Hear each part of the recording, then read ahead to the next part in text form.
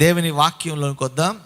ఫిలిప్పీలకు రాసిన పత్రిక 2వ అధ్యాయము 12వ వచనం నుంచి. కాగా నా ప్రియులారా, మీరు ఎల్లప్పుడూ విధేయులై ఉన్న ప్రకారము నా ఎదుట ఉన్నప్పుడు మాత్రమే గాక మరి ఎక్కువగా నేను మీతో లేని ఈ కాలమందు భయముతో వణుకుతో మీ సొంత రక్షణను కొనసాగించండి. ఎందుకనగా మీరు నిశ్చయించుటకును కార్యసిద్ధి కలుగు చేయుటకును తన దయాసంకల్పం నెరవేరుటకై మీలో కార్యసిద్ధి కలుగు చేసిన వాడు దేవుడే.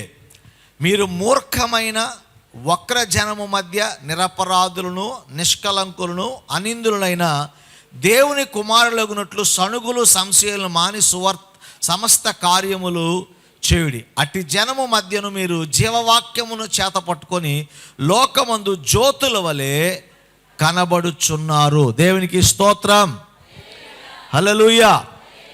ప్రభునందు ప్రియ దేవుని బిడ్డలారా, ఈ చదవబడిన వాక్య భాగాన్ని మనం చూస్తే అపోస్తలుడైన పౌలు తన యొక్క పిల్లలైన వారికి, తన భక్తులైన వారికి, దేవుణ్ణి ఆరాధిస్తున్న దేవుని సమాజానికి ఒక సందేశాన్ని పంపిస్తున్నాడు. ఏంటి ఆ సందేశం అంటే, ప్రభువు మనలను ఎలా చూడాలనుకుంటున్నాడు. మరలా చెప్తున్నాను ఈ మాట, ప్రభువు మనలను ఎలా చూడాలనుకుంటున్నాడు, లేదా మనలను ప్రభు ఎలా ఊహించుకుంటున్నాడు అనేది పౌలు తన మాటల్లో వ్యక్తపరుస్తూ చెప్పాడు. ఏమని చెప్పాడు తెలుసా? మీరు ఆకాశమునందలి జ్యోతుల వలె ఉండాలి, అది అలా కనబడాలి, అది నా ఆశ, అది నా కోరిక, అది నా తాపత్రయం అని దేవుని యొక్క ఆశను పౌలు భక్తుడు సంఘానికి, అక్కడున్నటువంటి ప్రజలకి తెలియచేస్తున్నాడు. దేవుని వాక్యం చాలా స్పష్టంగా మన భక్తి జీవితాలు నిర్మించేటటువంటిది. మనం దేవుని మందిరానికి వస్తున్నామంటే మందిరంలో ఉన్న వ్యక్తితో నీ భక్తిని కట్టడు. నీ భక్తిని కట్టేదేంటి తెలుసా? దేవుని యొక్క వాక్యమే. పౌలు ఈ మాటను ఎందుకు వారికి తెలియచేస్తున్నాడంటే, వారి భక్తి జీవితాన్ని కట్టాలని. అంటే బహుశా వారందరూ కూడా సాధారణమైన విశ్వాసులాగా ఉన్నవారే అయి ఉండొచ్చు కదండి. వాళ్ళందరూ ఎలా ఉండాలని కోరుకున్నాడు పౌలు, లేదా దేవుడు ఎలా ఉండాలని కోరుకున్నాడు? ఆకాశం నందలి జ్యోతుల వలె. బహుశా వాళ్ళు కూడా మనలాంటి వాళ్ళు కోతుల వలె ఉన్నారేమో అప్పటి వరకు కదండి. కొంతమంది జ్యోతుల్లాగా కాదు, కోతుల్లాగా ఉంటారు. అంటే ఇక్కడొక గెంతు అక్కడొక గెంతు. కొన్నిసార్లు కోతి ఏం చేద్దాం దానికి తెలీదు. కనుక మనం చాలాసార్లు కోతి చేష్టలు అంటారు చూడండి. కోతి చేష్టలు అంటే అర్థం లేని చేష్టలు, లేదా ఇతరులకు అభ్యంతరకరమైన చేష్టలు, దేవునికి ఏమాత్రం ఇష్టకరమైన చేష్టలు కావు, అన్నీ పాడు చేసేటటువంటి చేష్టలు. మాకు ఇక్కడ మామిడి చెట్టు ఉంది. మామిడికాయలు అంటే సాధారణంగా అందరికీ ఇష్టమే, నాకు కూడా కొద్దిగా ఎక్కువ ఇష్టం. సరే, మేము అనుకుని చెట్టుకు బాగా కాస్తే చెట్టుకే పండిన తర్వాత కోసుకుందామని ఒక దుర్మార్గపు ఆలోచన వచ్చింది. ఆలోచన వచ్చి ఉంచాం. మరి ఎలా తెలిసిందో కానీ కోతికి 2 రోజులు ముందే వచ్చింది మాకంటే. వచ్చి మొత్తం పట్టుకుపోయింది. మొత్తం తిన్నదా, అది పండనివల్ల ఒకటి తింది, మొత్తం రాలిపేసింది. ఎందుకు పనికి రాకుండా చేసింది. కోతి చేష్టలు అంటే ఇవే. వాడెవడికి పనికిరాడు, వాడికి వాడు ఉపయోగపడ్డు, ఇతరులకి ఉపయోగపడ్డు. అలాంటి స్థితిలో విశ్వాసులు ఉన్నారనుకుంటే అక్కడ. అలాంటి స్థితిలో ఆ రోజు గలిబిలి చేసేవాళ్ళు. కోతి వచ్చిందనుకో మొత్తం గలిబిలి చేసేది, మొత్తం అంతా కూడా గందరగోళం చేసేస్తుంది. అలా కొంతమంది గందరగోళం విశ్వాసులు ఉంటారు, కొంతమంది ఎవరికి పనికిరాని విశ్వాసులు ఉంటారు. కొంతమంది భక్తి జీవితాల్లో ఎందుకు వెళ్తున్నామో ఎందుకు వస్తామో తెలియనటువంటి, ఈ గోడ నుంచి ఆ గోడ మీదకి ఆ గోడ ఎందుకు ఎగురుద్దో తెలియదు. దానికి ఒక రీజన్ ఉండదు. కొంతమంది భక్తికి కారణం ఉండదు. కొంతమంది చేసే పనులకి ఒక వివరం ఉండదు. ఇలాంటి స్థితిలో ఉన్న ప్రజలతో పౌలు భక్తుడు అంటున్నాడయ్యా, మీరు ఇలా ఉండకూడదు, మీరు ఇలాంటి జీవనం కాదు మీరు కావాల్సింది. నా యేసయ్య మన కోసం ప్రాణం పెట్టాడు, మన కోసం రక్తం చిందించాడు, రక్తం కార్చాడు, మన కోసం తన శరీరం దున్నబడిన వీపుగా మార్చబడింది, మన కోసం ఆయన సిలువను మోసాడు, కొరడా దెబ్బలు తిన్నాడు, అవమానం పాలాడు, ఉమ్మివేయబడ్డాడు, అనేక నిందలు అనుభవించాడు, అనేకుల చేత హింసించబడ్డాడు, శోధించబడ్డాడు. ఇన్ని విధాలైన శ్రమ యేసయ్య అనుభవించింది. ఎందుకో తెలుసా? మనం అందరం ఇష్టానుసారంగా నిష్ప్రయోజనంగా వక్రమైన జనముగా ఉండాలనేది కాదు. దేవుని వాక్యం చెప్తుంది, మీరు ఆకాశం నందలి జ్యోతులను పోలిన వారిగా మీరు ఉండాలి. దేవునికి స్తోత్రం కలుగును గాక. హల్లెలూయా, హల్లెలూయా. ఎందుకు తెలుసా? జ్యోతి అనగా దాని అర్థం ఏంటంటే వెలుగు అని.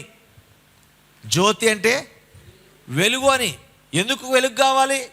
చీకట్లో ఉన్న వారికి భయం ఉంటుంది, చీకట్లో ఉన్న వారికి అన్నీ మరుగై ఉంటాయి. కానీ వెలుగు వస్తే భయం పోతుంది, ధైర్యం వస్తుంది. వెలుగు వస్తే మరుగై ఉన్నది ప్రత్యక్షపరచబడుతుంది. అందుకే వెలుగుగా ఉండమన్నాడు దేవుడు. మీరు లోకమునకు వెలుగై ఉండండి. అదే ప్రభు చెప్పింది. మరలా పౌలు భక్తుడు చెప్తున్నాడు, మీరు లోకమునకు జ్యోతుల వలె. అంటే ఆకాశములో జ్యోతులు ఎందుకున్నాయి? భూమి మీద ఉన్న మనుషునికి వెలుగును ఇవ్వడానికి, వెలుగును పంచడానికి. ఈరోజు దేవుని పిల్లలమైన మన అందరం గుర్తుపెట్టుకోవాలి, దేవుడు మనలను జ్యోతుల వలె ఈ లోకంలో ఉంచాడు. వెలుగు సంబంధాలుగా దేవుడు మనల్ని చేశాడు, వెలుగుగా దేవుడు మనల్ని చేశాడు. వెలుగు దూతలుగా కాదు, వెలుగుగా దేవుడు మనల్ని చేశాడు. వెలిగించబడిన మనము ఇతరులను వెలిగించాలని, దేవుని చేత వెలిగించబడిన మనము అనేకులకు మార్గాన్ని చూపించాలని, అనేకులకు మరుగై ఉన్నటువంటి సత్యాన్ని ఇతరులకు బోధించాలని, మరుగైన సమాధానాన్ని ప్రజల దగ్గర తీసుకెళ్లాలని, మరుగైనటువంటి పరిష్కార మార్గాలు దేవుని యొక్క సన్నిధిలో వెలుగుగా ఉన్న మన జీవితాల ద్వారా వారు ఆ మరుగై ఉన్నటువంటి శాంతి, సమాధానాలు, ఆశీర్వాదాలు అన్నీ కూడా వారు పొందుకోవాలని దేవుడు సమాజానికి, సంఘాన్ని ఒక వెలుగుగా, జ్యోతులుగా దేవుడు ఉంచాడు. దేవుడు స్తోత్రం చెప్పొచ్చు ఇంకా. హల్లెలూయా. కానీ మనం అలా ఉంటున్నామా? అలా ఉంటున్నామండి? వెలుగుగా ఉంటున్నాం మనం? వెలుగు ఏం చేస్తుందని చెప్పాను, చీకటిని పారద్రోలుతుంది. వెలుగు చీకటిని పారద్రోలుతుంది. వెలుగు మరుగై ఉన్నటువంటి వాటిని బయలుపరుస్తుంది. ఈరోజు మన జీవితాలు అనేకులకు మరుగై ఉన్నటువంటి సత్యాన్ని, మరుగై ఉన్న పరిష్కారాన్ని, మరుగైనటువంటి దీవెనను మన జీవితాలనే వెలుగు ద్వారా అనేకులు కనుగొని వారు నిరంతరం సంతోషించేలాగా ఉండాలి. అందుకే మన పట్ల దేవుని ప్రణాళిక ఏంటి తెలుసా? మనము లోకమునకు వెలుగై ఉండాలి. మనము జ్యోతుల వలె ప్రకాశించాలి. జ్యోతులు లేదా వెలుగుకున్న మరొక లక్షణం ఏంటి తెలుసా? అది ప్రకాశిస్తుంది. దాని ప్రకాశం అందరూ చూసే విధంగా ఉంటారు. కనుక నేను వెలుగండి, కానీ నా ప్రకాశం ఎవరికి కనబడదంటే ఆ వెలుగులో శక్తి లేదు. అది మాడిపోయిన బల్బు అనమాట. అది వీధి నిండా బల్బులు పెట్టి కరెంట్ పోతే ఏమైనా కనపడద్దా? మా రోడ్లో బల్బులు ఉన్నాయంటే అర్థం ఏంటి? అది వెలిగితే లైట్ కనబడుతుందని. అది వెలగకపోతే గుడ్డి కన్ను తెరిసినా ఒకటే, మూసినా ఒకటే అని ఒక భక్తుడు. అలాగే మన వెలగని జీవితాల వల్ల ఉపయోగం ఏమీ కూడా లేదు. వెలిగితే ఆ వెలుగు ఇతరులకు వెలుగు చూపిస్తుంది. ఆ వెలుగు, ఆ ప్రకాశము ఇతరులకు ప్రకాశం వైపు చూసి ఆకర్షణీయమైన వ్యక్తులుగా మనము మార్చబడతాము. కనుక దేవుని యొక్క ఉద్దేశం, దేవుని యొక్క ప్రణాళిక ఏంటంటే మనము ప్రకాశించాలి, మనము వెలుగుగా ఉండాలి, అనేకులకు మార్గాన్ని చూపించాలి, అనేకులకు పరిష్కారం చూపించాలి. అలా మీరు ఉండాలని పౌలు భక్తుడు సంఘానికి తెలియజేస్తుంది. ఈ రాత్రి కూడా ప్రభు అదే మాట మనకు తెలియజేస్తున్నాడు. మనం నిర్జీవ క్రియలు గలవారముగాను, చీకటిగాను, చీకటి సంబంధాలుగాను, నిరుపయోగమైన వ్యక్తులుగానో కాదండి. వెలిగించబడిన మనం అనేకులు వెలిగించే జ్యోతుల వలె ప్రభు మనల్ని చేయునుగాక. ఆమేన్, హల్లెలూయా. అయితే ఎక్కడలా వెలుగుగా ఉండాలి? కొంతమందికి ఉన్న సమస్య ఏంటంటే గుళ్ళో నిజంగానే ఎలా ఉంటారు? గాబ్రియేలు దూతల్లాగా ఉంటారు. మరి లోకంలోకి వెళ్తే లూసిఫర్కి అక్కలాగా, అన్నయ్యలాగా, తమ్ముళ్ళలాగా మారిపోతాం మనం కదా. మన బంధుత్వాలు మారిపోతండి. కొన్నిసార్లు పెళ్లి సంబంధాలు చూస్తున్న సంబంధం వస్తే వీళ్ళేమో అన్నయ్యల వరుస అండి, వీళ్ళేమో బావల వరుస. అదేం వరుసరా అంటే ఆ వరుసలు అంటే ఒక్కొక్క బంధుత్వాన్ని కూడా అలా మారిపోతుంటుంది అంటారు. అవునా? అలాగే క్రైస్తవులు కూడా చాలామంది గుళ్ళోనేమో గాబ్రియేలు దూత, బయటికి వెళ్తేనేమో లూసిఫర్. అవునండి. అందుకే గుళ్ళో ఉండగా మనం చాలా భక్తిగా ఉంటాం, గుళ్ళో ఉండగా చాలా క్రమంగా ఉంటాం, చాలా ఆసక్తిగా పాటలు పాడతాం. బయటికి వెళ్తే వారిలో ఒకరుగా మారిపోతాం. అందుకే పౌలు అన్నాడు, మీరు గుడిలో జ్యోతుల వలె వెలగాలని చెప్పలా. ఎక్కడ మనం వెలుగు కనిపించాలి? ఎక్కడ వెలుగు? ఇక్కడ 10 లైట్లు ఉన్నాయి, ఇక్కడ ఇంకో లైట్ టార్చ్ ఒక ఫోన్ వేసి లైట్ పెట్టాడు అనుకోండి, వాడిని ఏమనాలి? వాడిని ఏమంటారు? ఆడికి బ్రెయిన్లో లైట్ లేదని అర్థం. ఇన్ని లైట్లు వేసిందంటే ఆ చిన్న లైట్ ఏమైనా ఆనద్దా? ఆందో. దేవుని మందిరంలో మనందరం వెలిగించబడిన వారం, దేవుని ఆరాధించడానికి వచ్చిన వాళ్ళం. కానీ నీ వెలుగు ఎక్కడ ప్రకాశించాలి తెలుసా? వక్రమమైన జనము మధ్య అని రాసింది వాక్యంలో. చెప్పండి, ఎవరి మధ్యట? వక్రమమైన జనం మధ్య. ఎవరి జాతి? ఎక్కడ ఉంటారు వీళ్ళు? ఈ వక్రమైన వాళ్ళు అంటే వేరే ఊర్లో ఉండరు, వేరే గ్రహంలో ఉండరు, మన మధ్య ఉంటారు. కొన్నిసార్లు మనమే వాళ్ళై ఉంటాం. ఎందుకంటే వక్రమమైన జనాంగం అంటే ఎవరో తెలుసా? దానికి కొన్ని వివరణ చెప్తాను. వక్రమమైన జనం అంటే క్రమము లేనివారు. ఎవరండి వీళ్ళు? క్రమము లేనివారు. రెండవది, తాము తలంచిందే సరైంది అనుకునేవాడు. పాపములో ఉంటే నిశ్చింతగా ఉండేవారు. నీతి నియమాలు లేనివారు. విచక్షణారహితంగా ప్రవర్తించేవారు. ప్రతిదీ చెడుగా ఆలోచించేవారు. కలహానికి కాలు దువ్వేవారు. వీళ్ళు వక్రమమైనటువంటి జనాంగం. చెప్పండి, ఎవరి వక్రమైన జనాంగం అంటే? క్రమము లేని వారు. రెండవది, తాము తలంచిందే సరైనది అనుకునేటటువంటి వారు. పాపములో ఉండి నిశ్చింతగా ఉండేవారు. నీతి నియమాలు లేనివారు. విచక్షణారహితంగా ప్రవర్తించేవారు. ప్రతిదీ చెడుగా ఆలోచించేవారు. అహంకారపూరితంగా ఉండి ప్రతి దానికి గందరగోళాన్ని సృష్టించేటటువంటి వారు వక్రమమైనటువంటి జనం. పౌలు భక్తుడు దేవుని యొక్క ఉద్దేశం ఏమని చెప్పాడు? మీరు జ్యోతుల వలె ప్రకాశించాలి. ఎక్కడ ప్రకాశించాలంటే జ్యోతుల వలె. ఎక్కడ ప్రకాశించాలి? వక్రమమైన జనం మధ్య. ఇదంత తేలిక కాదండి, ఇది చాలా కష్టం, చాలా కష్టం. మూర్ఖుడికి ఏదైనా చెప్తే ఏమంటాడు తెలుసా? నువ్వే ఆ చెడ్డోడు అంటాడు తప్ప వాడు తమ తప్పుని ఎప్పుడు కూడా వాడు తెలుసుకోడు. కనుక మూర్ఖుడికి ఏం చెప్పడానికి మనం ఇష్టపడకూడదు. కానీ ఏం చేయాలి? మనం వాళ్ళ మధ్యలో వెలుగుగా ఉండాలంతే. వాడు చూసి తెలుసుకోలేదు ఇది వెలుగని. అంతే. చెడిపోయిన వాడికి, చెడుగా ప్రవర్తించేవాడికి మనం వెళ్ళి చెడ్డదని చెప్తే మన మీద వాడి చెడ్డోడని చెప్పేలో మనం 100 మంది చెడ్డోడని చెప్తాడు. అందులో ప్రొఫెషనల్ వాడు. అందుకని వాడికి మంచి చెప్పడానికి ప్రయత్నించొద్దు, మంచి చూపించడానికి ప్రయత్నం చేయాలి. దేవునికి స్తోత్రం కలుగును గాక. మనం చూసినప్పుడు వాడు ఈ వెలుగును చూసినప్పుడు, ఓ ఇది వెలుగు ప్రకాశిస్తుంది అని తనలో ఉన్న చీకటిని గ్రహించేటటువంటి గ్రహింపు అతనికి కలుగు చేసే జీవన విధానం దేవుని పిల్లలమైన మనకి వక్ర జనమ మధ్య కలిగి ఉండాలి. సాధ్యం అంటారా? అది సాధ్యం అంటారా? 100 మంది మేక అంటే మేక, పంది అంటే పంది. ఒకవేళ నిజంగా అది పంది అయినా సరే 100 మంది మేక అంటే ఏమంటాం? మేక అని అంటారు. అలాగే 100 మంది దుర్మార్గులను చోట ప్రార్థించేవాడు కూడా ప్రార్థన ఆపేసి వాళ్ళతోనే కలిసిపోతారు. కానీ వాక్యం చెప్తుంది, మనం దుర్మార్గులైనటువంటి వారికి వేరయ్యి దేవుని కొరకు ప్రకాశించే వ్యక్తులుగా మనము జీవించాలి. బైబిల్లో నాకు చాలా ఇష్టమైనటువంటి ఒక వచనం ఏంటంటే, నోవహు దేవుని కృప పొందినవాడు. ఎందుకంట ఆ తరము వారందరిలో, చెప్పండి, నోవహు అట ఆ తరము వారందరిలో. ఏ తరము వారందరిలో? ఆ తరం ఈ తరం కాదు.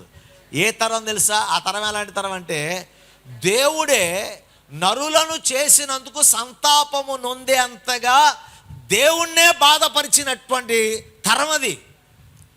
దేవునికి అయ్యో బాబా ఏంట్రా ఇలా ఉన్నారు అనుకొని ప్రభువే ఏంటి జనాంగం ఏంటి ఇలా మారిపోయారంటేనే ప్రభువునే ఆందోళన పరిచినటువంటి జనాంగం అది.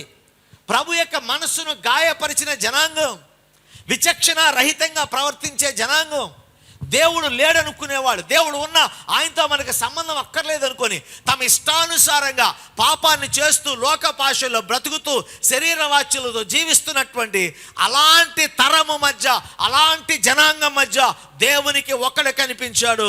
ఆయనే భక్తుడైనటువంటి నోవహు.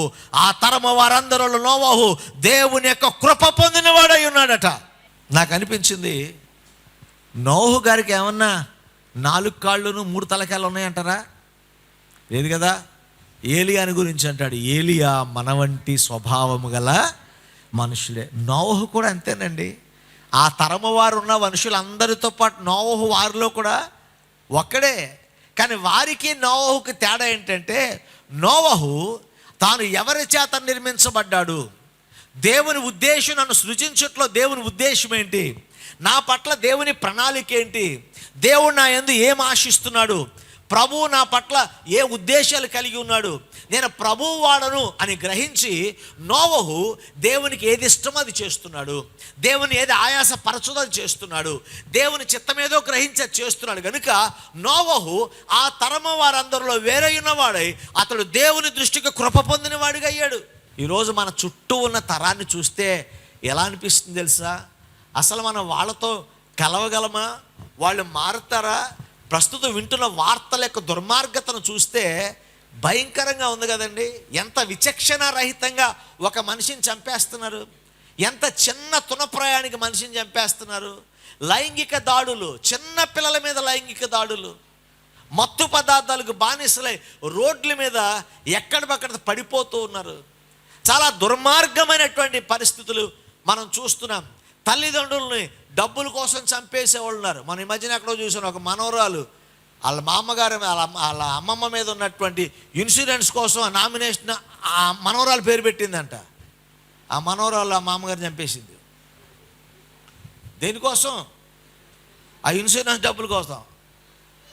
చాలామంది దుర్మార్గమైనటువంటి ఆలోచనలు గలవారిగా ఉన్నారు. ఇలాంటి వక్రమమైన జనం మధ్య మనము జ్యోతులుగా ఉండటం సాధ్యమేనంటారు? అసలు సాధ్యమేనా అంటే నేనేం చెప్తాను తెలుసా? అది నోవహు గారికి సాధ్యమైతే మనకు కూడా సాధ్యమే. అది నోవహు వల్ల అయితే అది మన వల్ల కూడా అవుతుంది. నీవు నేను కూడా మనం ఇంకా జాగ్రత్తగా నోవహు కంటే ఎక్కువ ఆలోచించాలి. నోవహుకి ఎంతవరకు తెలుసు అంటే, ఆయనను సృజించాడు, నా పట్ల ఆయనకు ఒక ప్రణాళిక ఉంది, నన్ను ప్రేమించాడు, అంతవరకే నోవహు తెలుసు. కానీ మనకెంత తెలుసా? ప్రేమించి రక్షించి మన సృజించిన దేవునికి వ్యతిరేకంగా ఉన్నప్పుడు మన నాశనాన్ని చూసి దేవుడు ఊరుకొనక పరలోకం నుంచి భూలోకానికి వచ్చి నీ కొరకు రక్తం కార్చి, నీ కొరకు సిలువెక్కి మరణించి తిరిగి లేచి, నీ కొరకు స్థలము సిద్ధపరిచి, నీ కొరకు మధ్యవర్తిగా ప్రార్థన చేస్తున్న యేసయ్య పిల్లలమని తెలిసిన మనము మరింత ఎక్కువగా దేవునికి దగ్గరగా ఉండాలి. మనం తెలిసిన కొంతలోనే అంత నమ్మకంగా ఉంటే, ఇంత గొప్ప సత్యం ఎరిగిన మనము ఈ లోకంలో దేవుని కొరకు ఎంత రోషం కలిగి జీవించాలి, ఎంత ఆశ కలిగి జీవించాలి. ప్రభు కొరకు ఉందా మనకి? ప్రభు కొరకు ఒక ఆశ? గుళ్ళో ఒకలాగా, బళ్ళో ఒకలాగా, ఊర్లో ఒకలాగా, ఇంట్లో ఒకలాగా మన వక్రమైన జనముతో వారితో మిళితమైపోయి, వారితో ఏకమై వారి వలె మనం మారిపోతున్నాం. కానీ నోవహు వక్రమమైన జనము మధ్య ఎలా ప్రకాశించాడండి? జ్యోతి వలె ప్రకాశించాడు. దేవునికి స్తోత్రం కలుగును గాక. ఆ ప్రకాశం దేవునికే కనిపించింది. ఇక్కడ వ్యక్తి ఉన్నాడు, నా ప్రకాశముతో వెలిగించబడుతున్నాడు, ఇతడు ప్రజల యొక్క చీకటిని పారద్రోలగలడు, నా ఉద్దేశాలు నెరవేర్చగలడని ఆ ప్రకాశము దేవుడే కనుగొని నోవహుని పిలిచి వాడుకోవటం ప్రారంభించాడు దేవుడు. హల్లెలూయా.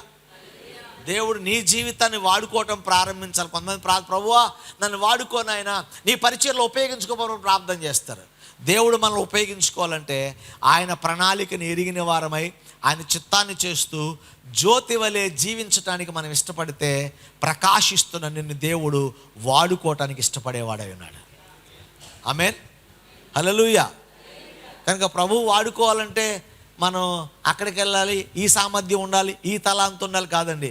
నువ్వు జ్యోతి వలె ప్రభు సన్నిధిలో ప్రకాశిస్తే, అనగా ఎలాంటి ప్రకాశం అంటే ఎలా ప్రకాశిస్తాం? మనము వస్త్రాలు వేసుకుంటేనో బంగారం వేసుకుంటేనో ప్రకాశించు. క్రీస్తు యేసును పోలిన వారిగా నడుచుకుంటే, క్రీస్తు యేసు సువార్త ప్రకాశం మన శరీరములో మన మనస్సులో ఉంటే, ఆ సువార్త ప్రకాశము ద్వారా మన జీవితం వెలిగించబడుతున్నప్పుడు అలాంటి జీవితాలను దేవుడు ఆయుధంగా మార్చేసుకుంటాడు దేవుడు. హల్లెలూయా. హల్లెలూయా. ఒక నూతన ప్రారంభానికి నువ్వు పునాదవుతావు. దేవుడు ఒక నూతన ప్రారంభం చేయాలనుకున్నాడు. దానికి పునాది ఎవరయ్యారు? ఒక దూత వల. దానికి పునాది ఎవరయ్యారు? మరొక శక్తి సమూహం వల. జ్యోతి వలె జీవించి ఆ వక్రమైన జనం మధ్య దేవుని కొరకు నిలిచిన నోవహు వలె మాత్రమే అది సాధ్యమైంది. దేవునికి స్తోత్రం కలుగునుగా. హల్లెలూయా. యేసు ప్రభు మన కొరకు మరణించింది ఎందుకో తెలుసా? ఎందుకొరకు గాయపరచబడ్డాడు తెలుసా? నువ్వు చీకట్లో ఉండాలని కాదు, నీవు ప్రకాశించాలని. దేవునికి మహిమ కలుగును గాక. హల్లెలూయా, హల్లెలూయా. బైబిల్లో చాలా సాదృశ్యాలు మనం చూడొచ్చు. యోసేపు ఫరో దగ్గర జ్యోతి వలె ప్రకాశించాడు. దేవునికి మహిమ కలుగును గాక. ఎందుకు ప్రకాశించాడు? నోవహు ఆ తరం వారితో కలిసిపోలేదు కదండి. నోవహు ఆ తరం వారితో కలిసిపోలా, లోకంతో సాంగత్యం చేయలా, తను తాను ప్రత్యేకపరుచుకున్నాడు, ప్రత్యేకమైన జీవితాన్ని జీవించాడు, దేవుని కొరకు జీవించాడు, తాను ఎవరో గ్రహించాడు కనుకనే జ్యోతి వలె ప్రకాశించాడు నోవహు. ఈరోజు మనం ఏంటంటే ఊరికే లోకస్తులతో కలిసిపోతున్నాం, మనం లోకంతో ఏకీవిస్తున్నాం. బైబిల్ గ్రంథం చెప్తుంది, మనము లోకములో ఉన్నవారమే కానీ లోకస్తులము కాము. చెప్పండి, మనము లోకములో ఉన్నవారమే కానీ మనము లోకస్తులము కాము. అందుకే పౌలు భక్తుడు, క్రీస్తుతో బేలాలకు ఏమి సంబంధము? అవిశ్వాసతో విశ్వాసికి పొత్తెక్కడా? బైబిల్లో చాలా కరెక్ట్గా రాస్తుంది అండి. అవిశ్వాసంతో మాట్లాడకూడదని రాయలే వాక్యంలో. మన చుట్టూ అవిశ్వాసులే ఉంటారు, వాళ్ళతో మాట్లాడొచ్చు, అన్యులైన వారిని పరామర్శించవచ్చు, వారిని ప్రేమించాలి, వారితో కలిసి ఉండడం ఏం తప్పు లేదు. కానీ ఏమన్నాడు బైబిల్? వారితో మీకు పొత్తేంటి అంటున్నాడు. మాట్లాడటం వేరు, పొత్తు పెట్టుకోవడం వేరు. వారిని పలకరించడం వేరు, వారితో పొత్తు పెట్టుకోవడం వేరు. వారితో సాంగత్యం చేయటం వేరు.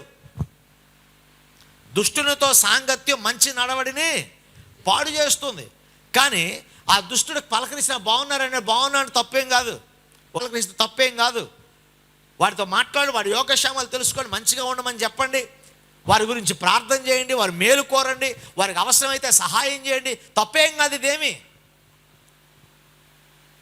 కానీ మనం వాళ్ళతో వెళ్ళి సాంగత్యం చేసామనుకోండి, దుష్ట సహవాసము మంచి నడవడిని చెరిపేస్తుంది, పాడు చేస్తుంది. ఎందుకంటే ఆ దుష్ట సాంగత్యం యొక్క ప్రభావం మన ఆత్మ మీద పడుతుంది, మన ఆలోచనల మీద పడుతుంది, మన తలంపుల మీద పడుతుంది, మన ఉద్దేశాల మీద పడుతుంది, మన కోరికల మీద పడుతుంది. కాబట్టి దుష్ట సాంగత్యం చేయకూడదు, వారితో పొత్తు పెట్టుకోకూడదు, వారితో మనం ఒకరి వలె మెసగకూడదు, వారితో ఒకరి వలె వారితో కలిసి జీవనాన్ని కొనసాగించకూడదు. అలా జీవించే వారమైతే మనం ఏమవుతాం? మనము కూడా వక్రమైన జనముగా మారిపోతాం, క్రమము లేని వారిగా మారిపోతాం, దేవునికి అయిష్టంగా మారిపోతాం, ప్రభు నామాన్ని మహిమపరచకుండా అవమానపరిచే వారిగా జీవిస్తాం, ప్రభు నామాన్ని ప్రభు యొక్క మనస్సును గాయపరిచే వారిగా మారిపోతాం. నోవహు వారితో పొత్తు పెట్టుకోలేదు, కానీ వారి అందరికీ సువార్త చెప్పాడు. వారితో పొత్తు పెట్టుకోలే, వారితో సాంగత్యం చేయలే, వారి మధ్య ఉన్నాడు కానీ వారిలో ఒక్కడిగా మారలేదు. ఆమేన్, హల్లెలూయా. 100 మంది కాకుల మధ్యలో పావురాన్ని నిలబెడితే అది నల్లని పావురం అయినా మనకి పావురం ఏదో తెలుస్తుంది, మనకి అర్థమవుతుందండి. పావురం రూపం తెలుస్తుంది, పావురం యొక్క కోత తెలుస్తుంది, పావురం యొక్క మేత తెలుస్తుంది. అవునండి, ఏమక్కర్లా. మీకు తెలుసుకోవాలని డౌట్ వస్తే కనుక పావురాలు ఉన్నాయనుకోండి గింజలు వేయాలి, కాకులుంటే కుళ్ళిపోయిన శవాలను వేయాలి. కాకులు ఏం తింటాయండి? నోహు గారు కిటికీ తీసి ముందు ఎవరిని పంపించారు? కాకిని పంపించారు. కాకిని పంపగానే మళ్ళా రాలా. ఎందుకో తెలుసా? దానికి వివాహ భోజనంబు, అదే కదా. కాకికి చచ్చిపోయినవి దొరికితే మామూలుగా ఉంటుంది, అసలు వదులుద్దా? ఆహా, ఇవి ఎప్పుడు తినాలి, ఎప్పుడు కరగాలి, ఆ తినే దాంట్లో ఆ శవాల మీద పడి వాలి, ఆ శవాలు పీక్కు తినే విషయంలో యజమానుడు చెప్పిన మాట పూర్తిగా మర్చిపోయింది కాకి కదండి. కానీ పావురం శవాలను ఎరుకు తినేది కాదు. పావురం యజమానుని యొక్క ఉద్దేశాన్ని ఎరిగి ఆ యజమాని యొక్క మాటను గుర్తించుకొని తీసుకొచ్చినటువంటిది పావురం. దేవునికి స్తోత్రం కలుగునుగా. హల్లెలూయా. మనం భక్తులమో కాదో ఎలా తెలుస్తుందంట? మన ఆశలు, మన కోరికలు, మన ఊహలు, ఇవే మనలో భక్తి ఉన్నవాళ్ళమో భక్తి లేని వాళ్ళు తెలియజేసేది. కొత్తగా ఏమీ మన బట్టలు వేసుకుంటే బట్టల్లో భక్తి తెలియదండి. భక్తి ఎక్కడ తెలుస్తుంది? ఎలా తెలుస్తుంది? మన ఆలోచనలో తెలుస్తుంది. అంటే మన ఆలోచనలు బట్టే మన వస్త్రధారణ కూడా ఉంటుంది. వస్త్రధారణ బట్టి భక్తి తెలియదు, కానీ మన ఆలోచనలు బట్టే మన వస్త్రధారణ ఉంటుంది, మన తలంపులను బట్టే మన వస్త్రధారణ ఉంటుంది, వాళ్ళ కవించే వస్త్రధారణ ఉంటుంది, ఒకళ్ళు మెప్పించే వస్త్రధారణ ఉంటుంది. కనుక ఇవన్నీ మన ఆలోచనలు బట్టి వస్తూ ఉంటాయి. వక్రమైన జనముతో మనం పొత్తు పెట్టుకోకూడదు. విశ్వాసితో అవిశ్వాసికి పొత్తు ఏంటి? మన సాంగత్యం ఎవరితో ఉంది? మన స్నేహాలు ఎవరితో ఉన్నాయి? మనం ఎవరితో కలిసి మసులుతూ ఉన్నాం? ఎవరితో కలిసి సంచరిస్తున్నాం? ఎవరితో కలిసి మన జీవనాన్ని కొనసాగిస్తున్నాం? చాలా జాగ్రత్తగా ఉండాలి దేవుని పిల్లలైన వారు. దేవుని పిల్లల యొక్క ప్రవర్తన దేవునికి అంగీకారయోగ్యమైనదిగా ఉండాలని ఈ సమయంలో ప్రభు పేరిట నేను మీకు జ్ఞాపకం చేస్తున్నాను. దేవునికి స్తోత్రం కలుగును గాక. హల్లెలూయా. దేవుని వాక్యం చెప్తుంది, యోసేపట ఐగుప్తులో ప్రకాశించాడు. ఐగుప్తులో వాళ్ళందరికి ఎలా కనపడ్డాడు? జ్యోతి వలె కనిపించాడు. దేవునికి స్తోత్రం కలుగును గాక. ఎందుకంటే ఐగుప్తులో జనమేం తక్కువ ఉన్నారండి? ఐగుప్తులో హైయెస్ట్ మిలిటరీ ఉంది ఐగుప్తులోనే కదా ఆ రోజుల్లో. కానీ అంతమందిలో కూడా రక్షించేటటువంటి రక్షకుడు కనపడలే వాళ్ళకి. కానీ ఎక్కడో పొట్టకూటి కోసం వచ్చినవాడో, చెరసాల్లో పట్టబడినవాడో, అమ్మివేయబడిన దాసుడిగా ఉన్నవాడైనా యోసేపు కనిపించాడు. ఇతడు మా ఇంటికి జ్యోతి వలె కనిపించాడు, మా దేశానికి రక్షకుడిగా కనిపించాడు. ఇతని జ్ఞానము దేవుని జ్ఞానం, ఇతని ఆలోచనలు దైవిక ఆలోచనలని ఆనాడు ఫరోతో పాటు అధికారులు గుర్తించి యోసేపును ఒక జ్యోతి వలె, ప్రకాశించే జ్యోతి వలె చూశారు. కారణం ఏంటి తెలుసా? ఫొతేఫర్ ఇంటికి వెళ్ళినప్పుడు వాళ్ళు కోరుకున్నట్లుగా వాళ్ళతో కలిసిపోలా. అవునండి, చెరసాల్లో ఉన్నప్పుడు ఆ దుర్మార్గులందరూ కూడా గేలి చేస్తే వాళ్ళతో కలిసిపోలా. ఎక్కడికి వెళ్ళినా సరే తన పరిశుద్ధతను కాపాడుకున్నాడు. దేవుని కొరకు ప్రత్యేకంగా నిలిచాడు కాబట్టి అతడు నీతిమంతుడిగా తీర్చబడ్డాడు. పాపమును ఎదిరించి పాపమును జయించి వాళ్ళతో మిళితమవకుండా ప్రత్యేకంగా బ్రతికిన యోసేపు ఆ దేశానికి ఒక జ్యోతిగా ప్రకాశించాడు. మరి మనం సామెత చెప్తాం, when you are in Rome be a Roman. చెప్తాం, ఈ సామెత చెప్తాం. మనం రోమ్లో ఉన్నప్పుడు రోమన్గా ఉండాలట, గ్రీక్లో ఉన్నప్పుడు గ్రీసు దేశస్థుడిగా ఉన్నాడు, ఇండియాలో ఉన్నప్పుడు ఇండియా వాళ్ళలాగా ఉండాలి.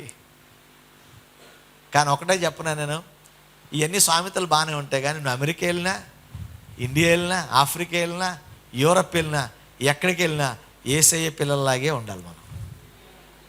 ఆమేన్, హల్లెలూయా. నీ వస్త్రధారణ మార్చుకో, తప్పులేదు, కానీ నీ గుణాన్ని మార్చుకోవద్దు, నీ క్యారెక్టర్ను పోగొట్టుకోవద్దు. క్రీస్తు పోలికలో నడవాలి. ఎక్కడికి ఏ దేశం వెళ్ళినా సరే, ఏ ప్రాంతం వెళ్ళినా సరే ప్రభువు పోలిన బిడలగా మనం నడుచుకోవాలి. పౌలు అంటాడు, నేను క్రీస్తును పోలి నడుచుకొనుచున్నాను, మీరు నన్ను పోలి. ఎప్పుడు చెప్పగలమండి ఆ మాట? మనం అసలు చెప్పగలమా? అలా అంటావు స్టైల్గా, అమ్మ నా వైపు చూడొద్దు, మనుషులు పడిపోతారు, కానీ దేవుని వైపు చూడండి. మరి ఎప్పుడు చెప్తావు నా వైపు చూడండి? నీ గురించి నీకు ఆ ధైర్యం ఎప్పుడు వస్తుంది? పౌలు అంటున్నాడు, అమ్మా నన్ను చూడండి, నేను క్రీస్తును పోలి నడుచుకున్నా, మీరు నన్ను పోలి నడుచుకోండి. అలాంటి ఘనమైనటువంటి మాటలు చెప్పగలిగే స్థితి మనలో ఉండాలి. అలాంటి స్థితిలో ఉన్నప్పుడు మాత్రమే దేవుడు మనను జ్యోతుల వలె ప్రకాశిస్తాడు. త్వరగా ఒక 2 విషయాలు మీకు జ్ఞాపకం చేస్తాను. మత్తయి సువార్త 13వ అధ్యాయం 43వ వచనంలో మనం చూసినట్లయితే ఎవరు ప్రకాశిస్తారో జ్యోతుల వలె? నీతిమంతులు సూర్యుని వలె ప్రకాశిస్తారు. చదవండి, ఆ వాక్యం ఉందా మీ బైబిల్? అలాగే ఉందా? మత్తయి సువార్త 13వ అధ్యాయము 43వ వచనంలో మనం చూసినట్లయితే నీతిమంతులు తన తండ్రి రాజ్యములో సూర్యుని వలె ప్రకాశింతురు. దేవునికి ఒకసారి గట్టిగా స్తోత్రం చెప్పండి. ఇక్కడ 1 డిగ్రీ పైకి లేచింది. ఇక్కడ ఏమన్నాడు? జ్యోతుల వలె ప్రకాశిస్తారన్నారు కదా. దేవుని ఉద్దేశం మనం జ్యోతుల వలె ప్రకాశించాలి. జ్యోతులు పలు రకాలు, జీవంజ్యోతి, పరంజ్యోతి ఈ కాదు. మన జ్యోతులు పలు రకాలంటే పేర్లు పలు రకాలు కాదు. జ్యోతులు చాలా ఉన్నాయి. ఆకాశంలో నక్షత్రాలన్నీ జ్యోతులే అంటారు. పెద్ద జ్యోతి, చిన్న జ్యోతి ఎవరు? సూర్యుడు, చంద్రుడు. చుట్టూ ఉన్న గ్రహాలు చాలా ఉన్నాయి, ఇవన్నీ జ్యోతులే కదండి. కనుక మనం ప్రకాశించాలి, జ్యోతుల వలె ప్రకాశించాలంటే దేవుడు ఈ లోకములో మాలిన్యం అంటించుకోకుండా భక్తి కలిగి ఒక నోహు వలె, ఒక యోసేపు వలె మనం జీవనాన్ని కొనసాగిస్తుంటే వారిని ఏ జ్యోతితో పోల్చాడు తెలుసా దేవుడు? సూర్యుని వలె ప్రకాశిస్తారంటే nobody can touch them, nobody can corrupt them. అంటే ఎవరు వాళ్ళని ముట్టుకోలేరు, ఎవరు వాళ్ళని చేరుకోలేరు, ఎవరు వాళ్ళని మలినపరచలేరు. దేవునికి స్తోత్రం కలుగును గాక.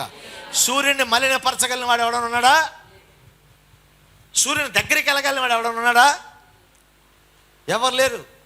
సూర్యుని పట్టుకోలేరు, సూర్యుని దగ్గరికి వెళ్ళలేరు, సూర్యుని ఎవరు ముట్టుకోలేరు, సూర్యుని ఎవరు మలినపరచలేరు. ఎంత గొప్ప ధన్యత! ఏ శత్రువు సూర్యుని ఏమీ చేయలేడు. మనం చూస్తాం కదా, యెహోషువ ప్రార్థన చేస్తే సూర్యుడు చంద్రుడు ఆగిపోయాడట. ఇప్పుడు మరి డబ్బులు ఉన్న వాళ్ళందరూ ట్రై చేసి యుద్ధం చేస్తున్నారు కదా ఆ దేశాల్లో. వాళ్ళకి ఏం కనపడకుండా సూర్యుడు 2 రోజులు ఆపేస్తే చాలు. మరి మన భారతదేశం ఎలా ఉంటుందో తెలియదు, కానీ నేను ఇంగ్లాండ్ దేశం వెళ్ళినప్పుడు ఇయన్ మోర్ పాస్టర్ గారితో పాటు అక్కడున్న ప్రిజన్స్కి ప్రతి సోమవారం వెళ్తుంటాం. వెళ్ళినప్పుడు కరుడు కట్టిన భయంకర నేరస్తులందరికీ వాళ్ళు బ్రహ్మాండంగా హీరోలా తిరుగుతుంటారు. నేను ఒకసారి అడిగాను పాస్టర్ గారిని, వీళ్ళు బ్రహ్మాండంగా దునమొక్కలాగా ఉన్నారు, హీరోలాగా ఉన్నారు, ఏం శిక్ష అంటే అది చెప్పిన మాట ఏంటి తెలుసా? మనం వచ్చిన రోజే వదులుతారు నెలకోసారి, కానీ మిగతా రోజంతా కటిక చీకట్లో ఉంటారట వాళ్ళు. కటిక చీకటి మనకి ఎందుకంటే అంత అక్కర్లా. సూర్యుడు రాకుండా 3 రోజులు మబ్బు ఉంటే ఎంతమంది జబ్బు అయిపోతాం మనం, అవునా కదా? సూర్యుడు రాగానే అదేదో ఆళ్ళు మనకు బంధుత్వం ఉన్నట్టుగా మొక్కలు పొద్దుతిరుగు పువ్వులాగా చక్కగా వికసించడం మొదలెడుతుంది. అర్థమైందండి?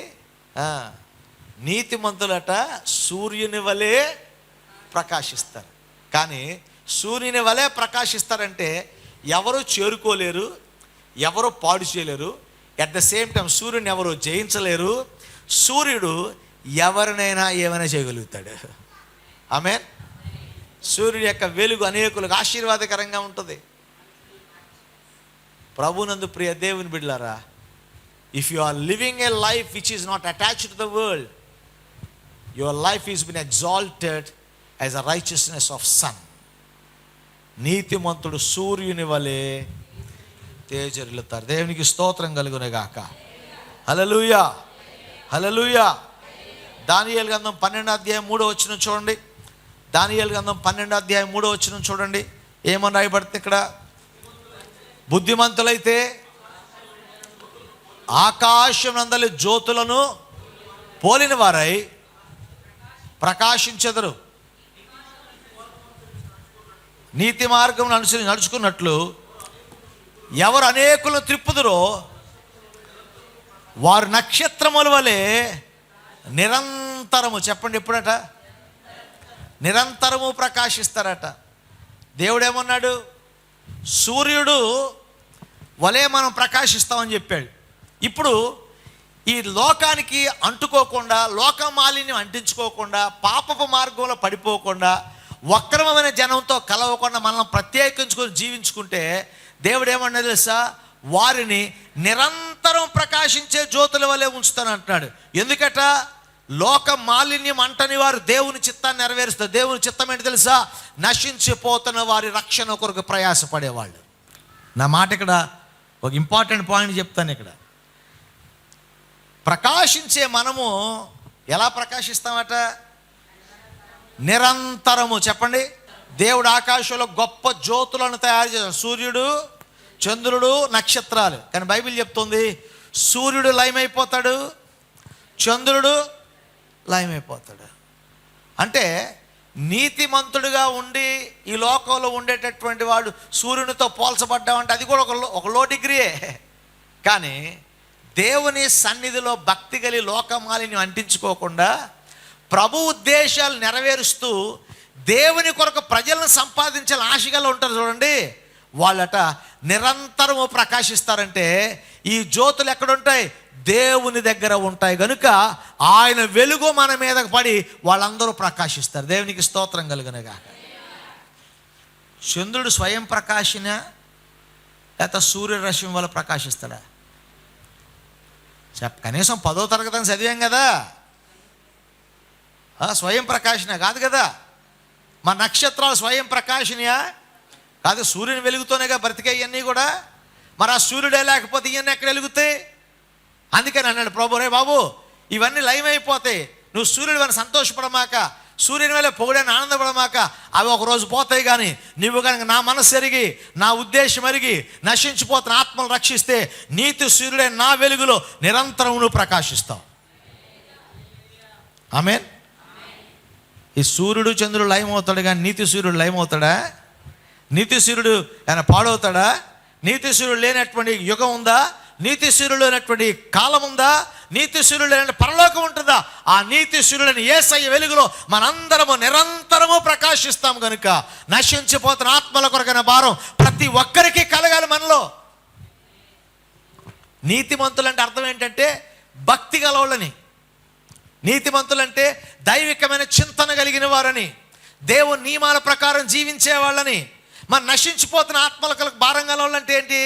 నీతిమంతులు, భక్తి పరులు తమ కొరకు తామే భక్తి చూసుకోనకుండా ఇతరులను కూడా భక్తిలోనికి తీసుకురావాలని దేవుని మనస్సు గలవారు కనుక అలాంటి వారు ఆగిపోవడం దేవునికి ఇష్టం లేదు కనుక ఆయన తేజస్సు వారి మీద ప్రకాశింపజేసి నిరంతరం ప్రకాశించే స్థితిలో దేవుడు వారిని ఉంచుతాడు. దేవుడు నిరంతరం ప్రకాశిస్తారా? అది ఈ లోకంలో అంతా చాలండి. ఈ లోకంలో ఉన్నంత వరకు మనం ఎలా ఉండాలి? సూర్యుని వలె మనం ప్రకాశిస్తే చాలండి. కానీ సూర్యుడు కూడా ఒకరోజు లయమైపోతాడు. కానీ నీతి సూర్యుడని యేసయ్య వెలిగించేవాడు నిరంతరం మనతో ఉంటే నిరంతరం వెలుగుతాం. అదే ప్రభు చెప్తున్నాడు. అలా కావాలంటే నశించిపోతున్న ఆత్మల కొరకు మనం భారం కలిగిన వారుగా ఉండాలి. యేసు ప్రభు ఈ భూమి మీదకి ఎందుకు వచ్చాడండి? ఎందుకు వచ్చాడు యేసు ప్రభు? ఎందుకు వచ్చాడు తెలుసా? నశించిన దానిని వెదకి రక్షించడానికి మనుష్య కుమారుడు లోకంలోకి వచ్చాడు.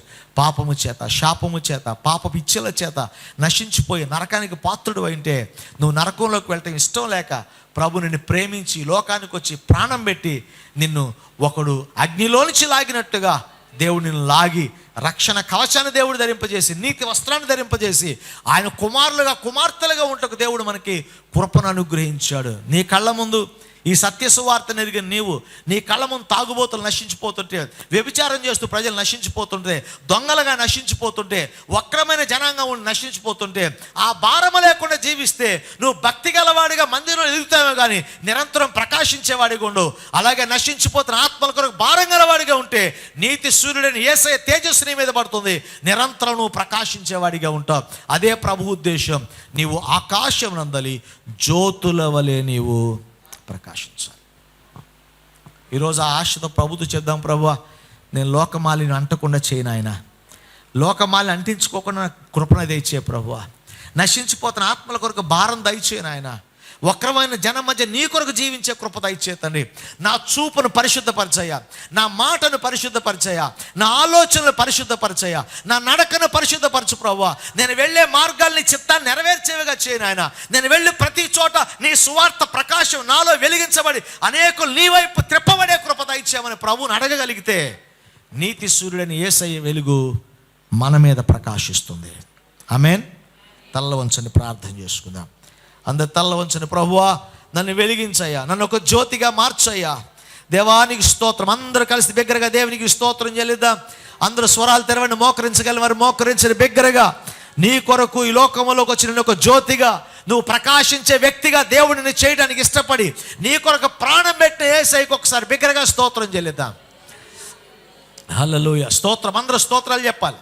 అందరూ స్తోత్రం గట్టిగా, ఇంకా గట్టిగా స్వరాలు తెరవాలి. ఇంకా స్వరాలు అందరూ కూడా గట్టిగా స్వరాలు తెరిచి మనకి ఎంత బలం ఉంటే అంత బలముతో ప్రభువా మమ్మల్ని క్షమించయ్యా, లోక మాలిన్యం మాలో కడగండి తండ్రి, లోక మాలిన్యం అంటుకోకుండా మేము బ్రతికే కృప దయచేయను ఆయన. పరిశుద్ధమైన జీవితం మాకు దయచే తండ్రి, పవిత్రమైన జీవితం మాకు దయచేయను ఆయన. లోక మాలిన్యం అంటకుండా జీవించే కృప దయచేయను ఆయన. దేవా మీకు స్తోత్రం. ఆ తరము వారందరిలో నోవహు నీతిమంతుడైనట్లుగా నీ కృప పొందినవాడిగా ప్రభువా ఈ పాపపు వక్రమైన జనం మధ్య జ్యోతుల వలె ప్రకాశించే కృప యేసు శక్తి గల నామములో మాకు దయచేయమని వేడుకుంటున్నాము నాయన. దేవా భక్తి కలిగి సూర్యుని వలె ప్రకాశించడానికి సహాయం చేయను ఆయన. నశించిపోతున్న ఆత్మల కొరకు భారం కలిగి వారు నీ వైపు త్రిప్పుతూ ప్రభువా నిరంతరం నీ వెలుగుతో ప్రకాశించే కృప దయచేయను ఆయన. హల్లెలూయా. నీకు స్తోత్రం నాయన, నీకు స్తోత్రం యేసయ్యా. ప్రార్థన చేసుకుందామా. ప్రేమగల తండ్రి, పరిశుద్ధుడు అయిన దేవా, మీకు స్తోత్రం. ఈ రాత్రి నాయన నీ బిడలమైన మమ్మల్ని ప్రేమించి నీ ఉద్దేశాలు మాకు బయలుపరిచావు, మీకు స్తోత్రం. దేవా, మేము ఆకాశం నందులు జ్యోతుల వలె మేము జీవించినట్లుగా ఈ లోకపు మాలిన్యం మేము అంటించుకొనకుండా, లోక పాపములో పడిపోకుండా నీతి సూర్యుడైన నీ వెలుగు ప్రకాశం చేత మేము వెలిగించబడుతూ అనేకులు వెలిగించే కృప దయచేయండి. మాలో భక్తిని దయచేయండి, విశ్వాసాన్ని దయచేయండి, పాపమును జయించే శక్తి ఇవ్వండి, నీతిమంతులంగా జీవించే కృప ఇవ్వండి. నశించిపోతున్న ఆత్మల కొరకైన భారాన్ని దయచేయండి. నీ సన్నిధి మాతో ఉంచి మమ్మల్ని తృప్తిపరచండి. ఈ రాత్రి బలహీన స్థితిలో ప్రతి బిడ్డను స్వస్థపరచండి. మీ దీవెనలు ప్రతి వారికి దయచేయండి. ప్రతి కుటుంబాన్ని ఆశీర్వదించండి. నీ సన్నిధి తోడుగా ఉంచి వేరే మహిమ పొందమని యేసు అతి శ్రేష్టమైన నామమున అడిగి వేడుకొని ప్రార్థిస్తున్నాం, ప్రియ పరలోకపు తండ్రి, ఆమేన్. మన పరమ తండ్రిని దేవుని ప్రేమ, కుమారుడని క్రీస్తు కృప, పరిశుద్ధాత్మ దేవుని యొక్క అన్యోన్య సహవాసము, సమాధానం కూడి వచ్చిన మనకును ఆయన నామును ప్రేమిస్తున్న సకల పరిశుద్ధులందరికీ ఇప్పుడు ఎల్లప్పుడూ సదాతుడే నడిపించునుగాక. ఆమేన్.